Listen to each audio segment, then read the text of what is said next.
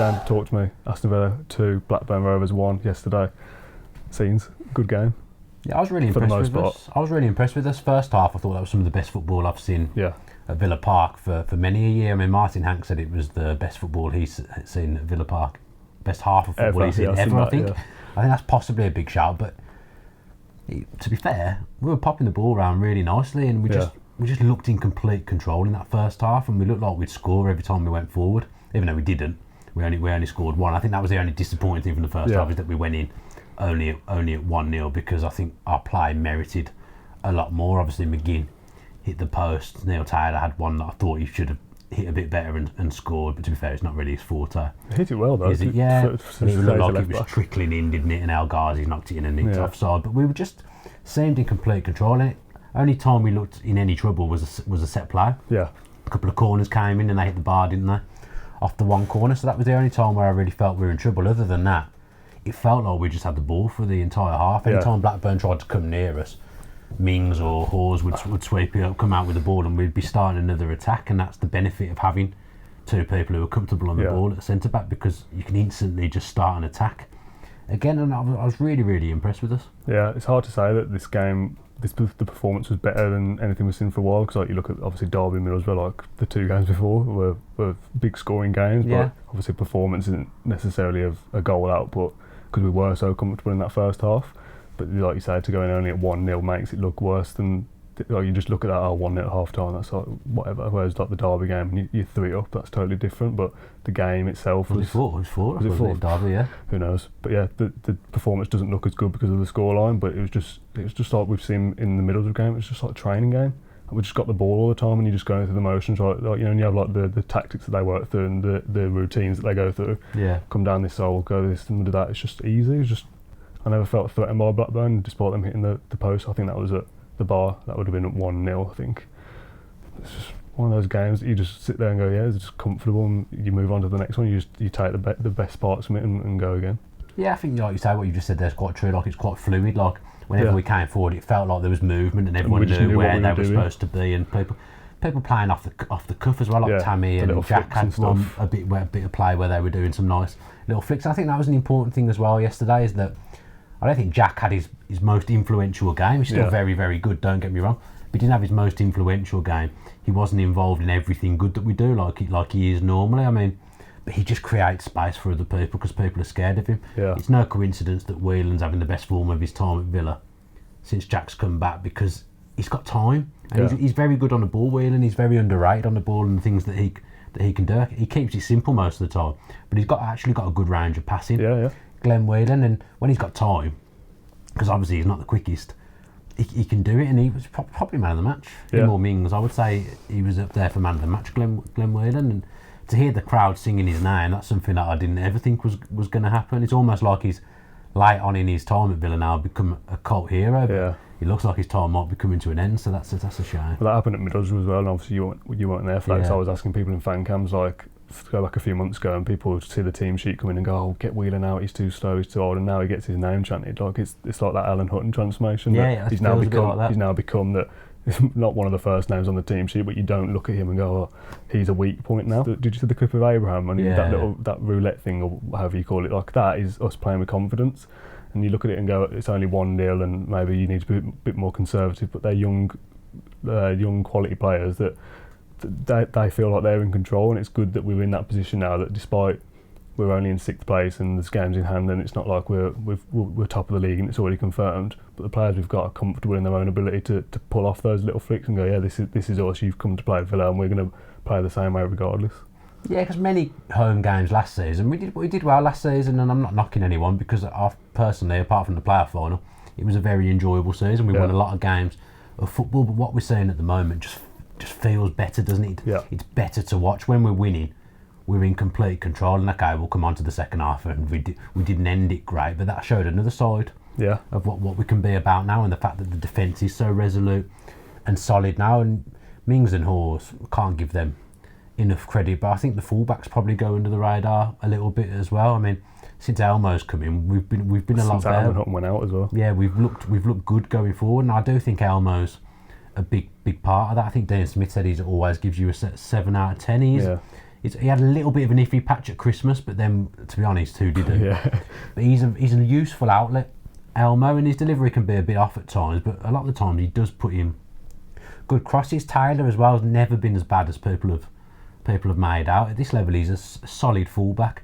He's not the best going forward, but he's useful. I thought he had a good game again. Just you go around that team on yesterday, and I think everyone was good. I don't think there was anyone beneath a 7 out of 10. Yeah. And we're I don't know 5 minutes into this review of the game, and you haven't even mentioned Grealish and McGinn. Yeah. Two of the players that we need to almost rely on to do any sort of positivity in a game. That we've won a game, and they're not even the focal point of it. It's the defence was great, Mings was great, the fullbacks were good. Tammy Abraham gets a goal, and it's just we're not just relying on somebody like Jack Grealish and McGinn to do something out of nothing and win us the game. We're just better as a unit now, and that's only something that when we talked about Dean Smith first coming in, that he's going to need time to gel and get the whole unit working together, and we're starting to see that now, that we're not relying on one or two players to pull something out of the hat. We're a good unit now and a good team.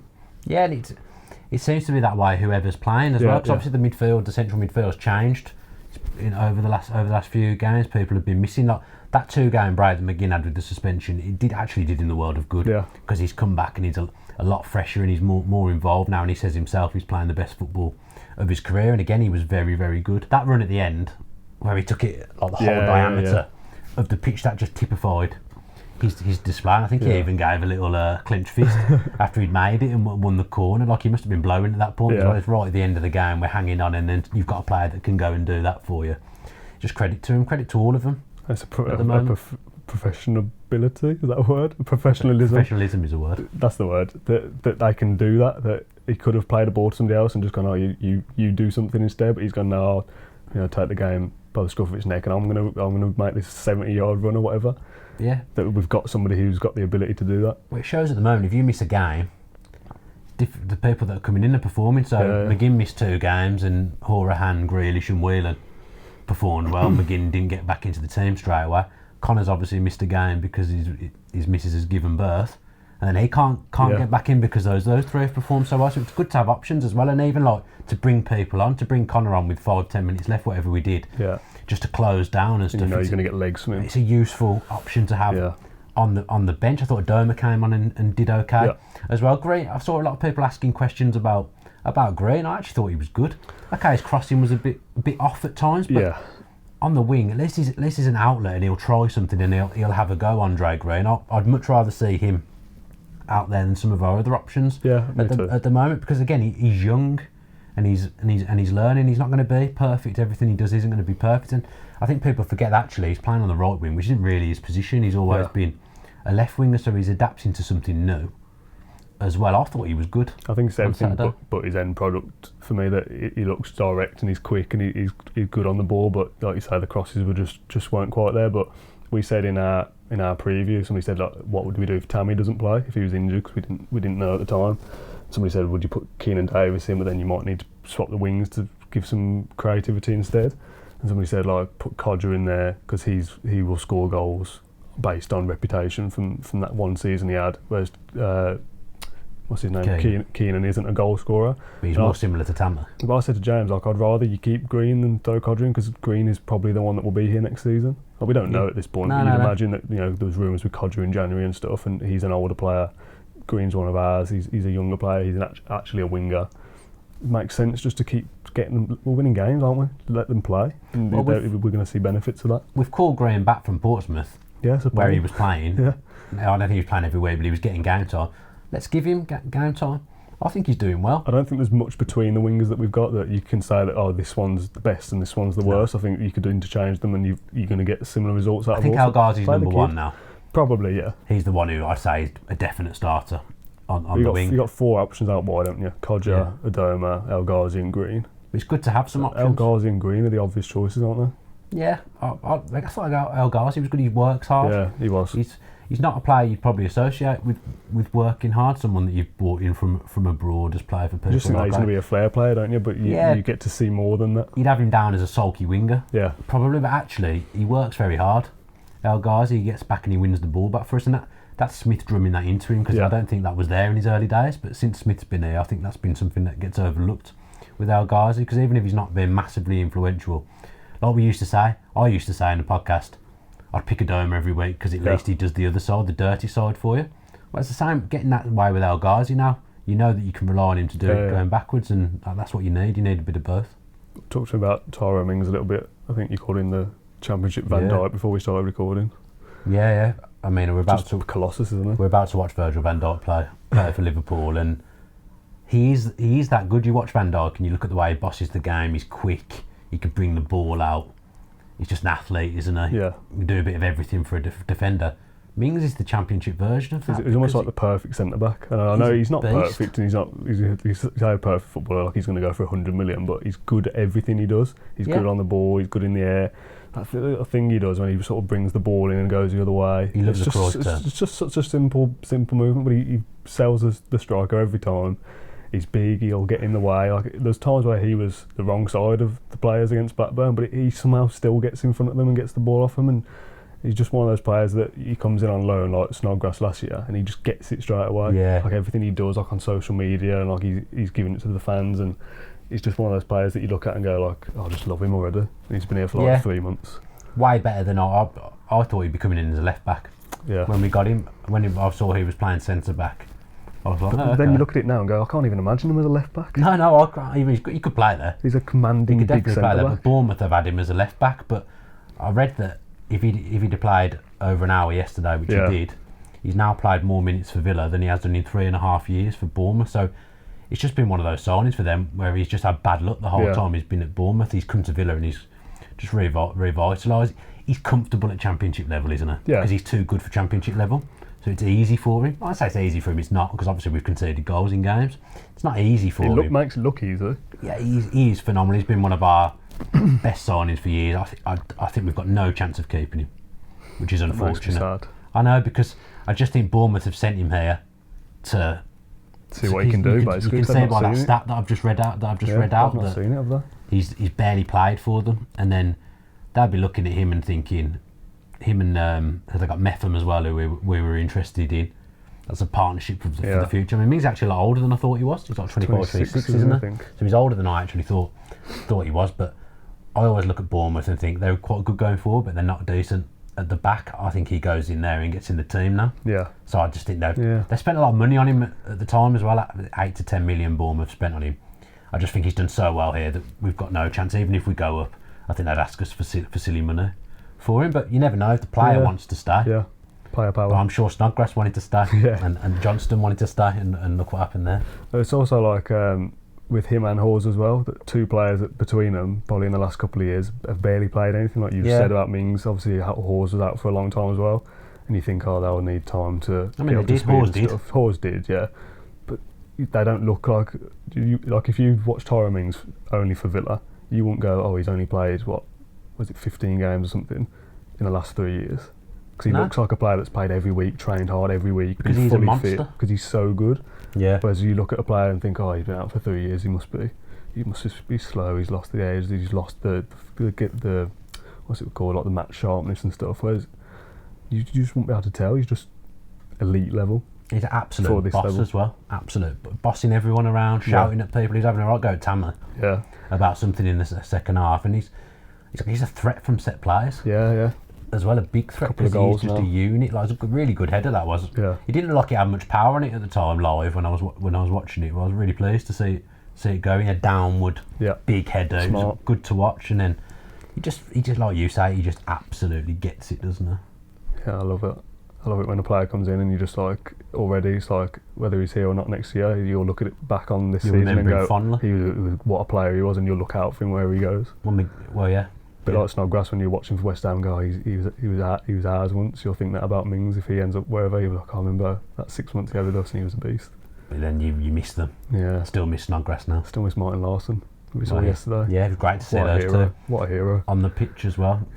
Really great to see that. I like stuff like that. Like, I think that helps. Yeah, because at the time I saw it in the week and it's like, they'll be on the pitch at half time, and you sort of think, what's going on? And it's literally like there is nothing to it. Like, it's not some deeper thing where they come out and go, they're going to be coaches now. No. Like, they literally just come out, clap the fans, then go off. When you see them, you just remember what they were like, though. It's just obviously when you're doing well as well. So we were obviously going in at half time, we're winning anyway, we're happy. We've just watched a great half of football, and then we've got two legends. Well, no, I can't debate the other day. Two heroes coming out and like G-ing the fans up as well. You go into the second half, and it's just everyone's happy, and it's just a good place to be. You're looking forward to going to Villa Park again. Like, I'm upset there's only 3 games. Yeah, I know. 3 games to go at Villa Park now. Like, it's. Whereas a month or so ago, I was like, just end the season. And obviously for what we do as well, like sticking around for fan cams after you've just lost, and you just sort of, fan cams was great. Now it's like, get me out there. I want to get going and film stuff. Yeah, fan cams was great because people are happy. Yeah. When you're doing it and it's miserable, it's no fun for anyone. I felt the players got it at the end as well. Like, they didn't. I don't think they over celebrated at the end. It was like, right, we've won. We've got no margin for error at the moment. Yeah. We've won. That's that. On to next week, Sheffield Wednesday. We'll go and win again. I felt like it was like that. There wasn't over celebrations by the players. What do you? I mean, I can't think of it off the top of my head, but the run that we've got left now, I think there's a couple of tricky games and a couple of games you think are easier. I think there's Millwall, Rotherham, Bolton. But they're the ones we've struggled with in the recent past. But then I think you've got Leeds, Norwich, Sheffield Wednesday. Obviously, the bruise factor. There's winnable games. That's the one I'm worried about next week, because I think that's massive. And you also think, I mean, this is maybe the negative part of me thinks that. Can we go 6 in a row? Is that something that Villa can do? We did it last season. We were 7 in a row last season. I think it was 7 at one point. But you always still feel like we're playing so well, something's going to go wrong at some point. Sheffield Wednesday are beatable because they've had a lot of 0-0 since Bruce has gone in, but it would be typical Steve Bruce to shit out a 1-0 against us. But I think we go, okay, they're unbeaten since Bruce has been there, but I'd love to know how many of them have been draws. Yeah. It feels like they've drawn. You can find out. A lot, and he's done well to be up there. But we go there in like tantalising form, looking like we're going to score goals and stuff. So they drew 0-0 last game. I fancy us to go there and score, and now we're good defensively.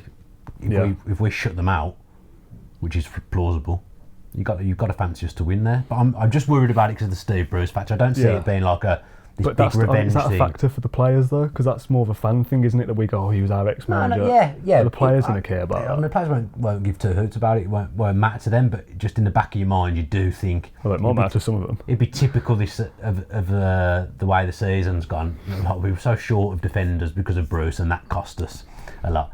It'd be typical of everything's just going well. We're feeling good. And then Steve Bruce, the ghost of Steve Bruce, beats us 1-0 and ends our good run, because we have got no room for error now. No. We need to win every game. If we win every game, we'll get top 6 because of the turns will drop points. And it's a huge ask to win every game. We haven't got much room to slip up. At that point, you're talking about winning like 12 in a row. That sounds mental, doesn't it? I know it does. It's not impossible when you look at the fixtures, because chance and things. I think very easily we could go unbeaten towards the end of the season, but we can't afford too many draws. You could probably afford a couple. With the games in hand situation as well. I mean, I think Bristol and Middlesbrough have got to play each other. Bristol have got 2, I think, but they play each other. Yeah, Derby have got a game in hand as well. The good thing for us is goal difference, because that's like having an extra point. Yeah. So I think there's 7 games left, so that's 21 points available. How many can we afford to drop and still put ourselves into that top 6? I mean, other teams will lose games. Yeah. They'll draw games. I think some of them have to play each other as well. They're not all going to just win every game, are they? Like Bristol and Middlesbrough have to play each other, so they can't both get 3 points. Maybe 1 defeat and a couple of draws you can maybe afford, and that would be enough, I would think. So if we win 4 of 7 and draw 2 and lose 1, is that enough? I think that would be enough. But if I was Dean Smith, I'd be looking for 5 wins from the last 7. Because you got to remember, when we're playing Leeds and Norwich, Norwich will almost certainly be up. Yeah. When we play them, so they'll be on the holidays hopefully a little bit, looking forward to the Premier League. Fair play to them, they've done phenomenal. Yeah. Leeds and Sheffield United is still quite tight, isn't it? Also the bottom end as well, teams could already potentially be down or know they're pretty much on. A Bolton, for example, the next week or so we'll know a bit more. If we're going to go and win our next 2 games, and obviously we need the games in hand to be sorted to see where we are, because we don't know where we are at the moment. With that, it sort of gives the table a bit of a false look to it. But it's good to have the points on the board ready instead of looking at it and going, they've got games in hand and we're not even near it. Like it could be. Yeah, mate, if they were 6th with games in hand, you'd pretty much be saying it's all over. If you'd have told me the week after the international break we'd be sitting in 5th, I'd be like, no way, absolutely no chance. If you'd told me that a month or so ago, I'd have been like, no chance. Because you said, I think this was going back to like maybe Forest or Derby, you were like, if we win the next 2 games, we'll think about it. And we've won like the next 3 or 4 after that. So I said beat Blues and Forest, and I'd start thinking about the playoffs. Yeah. And I am thinking about it. But it's not done. I want to see what happens with those games in hand. But the dream is very much alive. Yeah. Very much alive, and we've given ourselves a chance, which has made the end of the season far more exciting than it was going to be. Because I would have ended that after West Brom game. I'd have been happy to not go to Villa Park for 6 months. If you enjoyed that video, why not watch another? Click the video choices on screen now to go and watch them in full. Be sure to subscribe to the channel by clicking our logo there on the left. Easy peasy.